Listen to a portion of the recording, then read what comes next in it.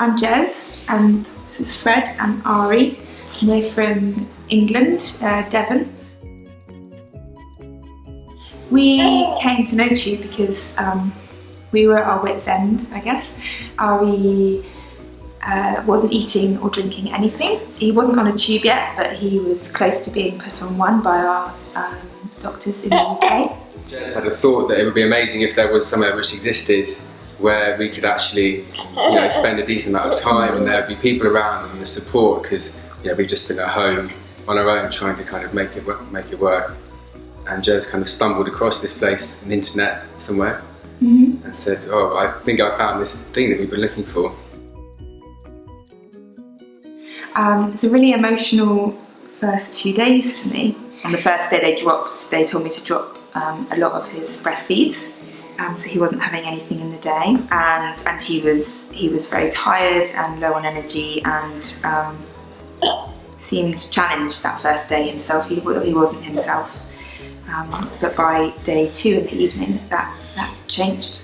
That was the tipping point, wasn't it? Yeah. End of day 2. Yeah, the evening on my birthday, and he ate his first meal. He showed interest in food and swallowing for the first time. Yeah, it was amazing. I couldn't believe the feeling of actually feeding a hungry baby who wants to eat, because I've never experienced that. And just him showing the interest and wanting more, it was, I don't know, just the most overwhelming kind of feeling. Yeah, incredible. Like a miracle. I kind of feel like we were at a fork in the road, as it were, and it's one way, if we hadn't found this place, he would have ended up on a tube and would have probably ended up many years on the tube, I feel like. And then he's just gone on his other trajectory, and it feels like now he's going to be okay. Obviously, he's going to have. Yeah. He's on his own journey, but it feels like he's at least on an upward trajectory. That thing is, we've just taken that.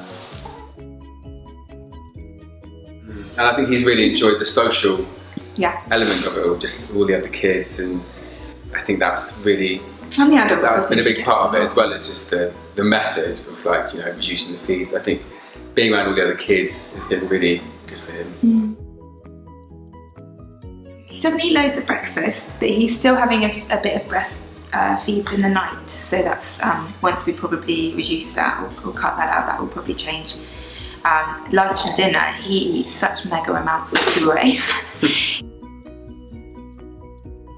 We can already see.